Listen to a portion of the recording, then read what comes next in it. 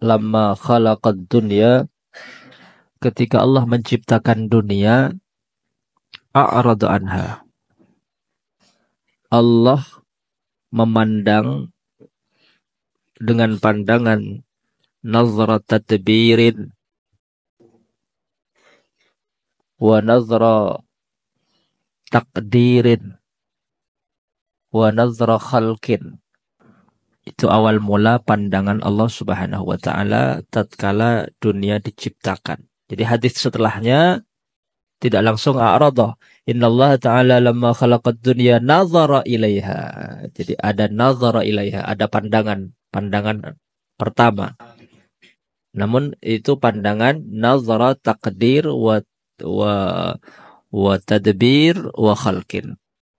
Lalu kemudian summah a'rada anha. Setelah itu lalu kemudian Allah berpaling. Ya, setelah memandang dengan pandangan ciptaan, pandangan pengaturan, keputusan, bukan nazar ridha. Bukan nazar ridha, bukan pandangan kerelaan, bukan pandangan ridha. Jadi orang itu melihat sesuatu kan ada kalanya melihat dengan pandangan kasih sayang, ada kalanya memandang dengan pandangan kebencian, ada kalanya hanya penasaran, keinginan tahu tentang sesuatu. Jadi memandang sesuatu itu tidak mesti itu pandangan rahmah dan kasih sayang, tidak mesti pandangan kerelaan. Maka ketika dunia ini diciptakan, Allah Subhanahu wa taala memandang dunia dengan pertama pandangan takdir wa tadbir wa khalqin. La nazrur ridha, bukan pandangan kerelaan, bukan pandangan kasih sayang, bukan pandangan rahmah. A'rada anha, sejak dunia ini diciptakan oleh Allah Subhanahu wa taala. Falam yanzur ilaiha, maka sejak Allah berpaling, lam yanzur ilaiha, Allah tidak lagi melihat dunia dengan pandangan rahmah dan ridha. Kenapa? Min hawaniha alaihi. Itu karena begitu hinanya dunia, begitu rendahnya hina di sisi Allah Subhanahu wa taala. Jadi kalau diukur dengan satu sayap lalat, maka dunia ini tidak sebanding. Seandainya sebanding, masaka minha kafir syurbatama. Niscaya Allah Subhanahu wa taala tidak memberikan seteguk air pun kepada musuh-musuh Allah, yaitu orang-orang kafir.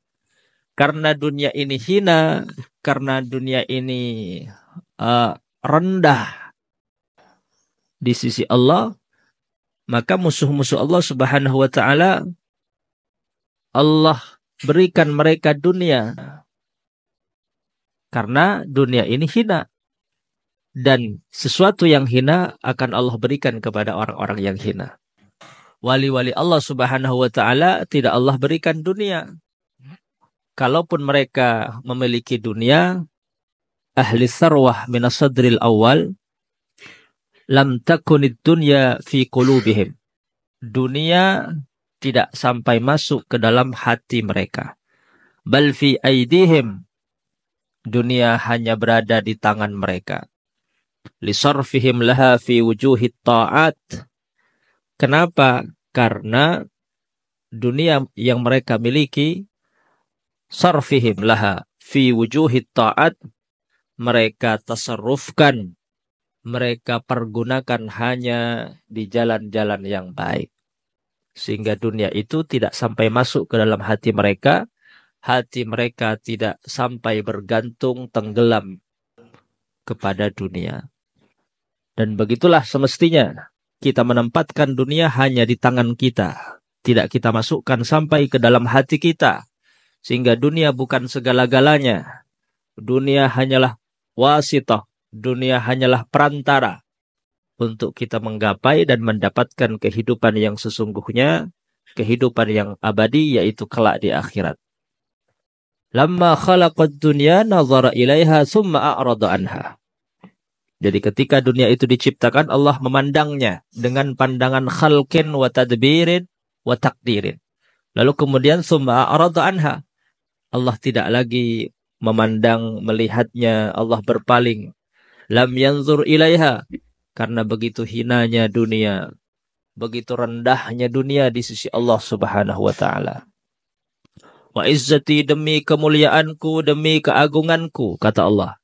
Setelah Allah menciptakan dunia, la anzaltuki, tidaklah aku menempatkan kamu wahai dunia, illa fi syirari khalqi, kecuali aku tempatkan di makhluk-makhlukku yang paling buruk, yang paling jelek. Karena dunia buruk, karena dunia jelek, maka Allah tempatkan di orang-orang yang jelek. Adapun akhirat, sesuatu yang agung, sesuatu yang mulia, Allah tempatkan di hati orang-orang yang mulia, yaitu di kekasih dan para wali-wali Allah Subhanahu wa taala, min ahlil ibadah wa min ahli ta'ah. Yang ada di hati mereka hanyalah akhirat. Yang ada di hati mereka hanyalah Allah Subhanahu wa taala. Kalaupun mereka mencari dunia, mereka menjadikan dunia sebagai perantara untuk mendapatkan kehidupan kelak di akhirat.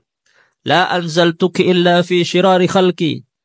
Jadi dunia itu memutus, karena dunia itu memutus jalan untuk sampai kepada Allah Subhanahu wa taala.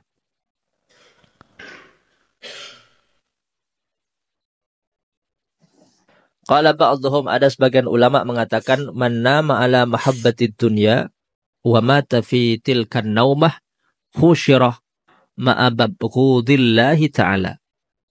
Lam yanzur ilaihi munzu khalaqah. Man nama ala mahabbatid dunya, barang siapa yang tidur, ketika tidur, dia tidur dalam keadaan mahabbatin dunya, dalam keadaan mencintai dunia, mengingat-ingat tentang dunia. Jadi mestinya orang tidur itu kan baca zikir. Sebelum tidur dia usahakan bagaimana hatinya berzikir dan mengingat Allah Subhanahu wa taala. Maka orang yang tidur ala mahabbatid dunya, tidur dalam keadaan hatinya sedang mencintai dunia, wa mata fi tilkan naumah. Kalau dia mati dalam keadaan fi tilkan naumah, ketika sedang tidur, mati ketika sedang tidur, khusyirah ma'a mabghudillahi lam yanzur ilaihi munzu khalaqah.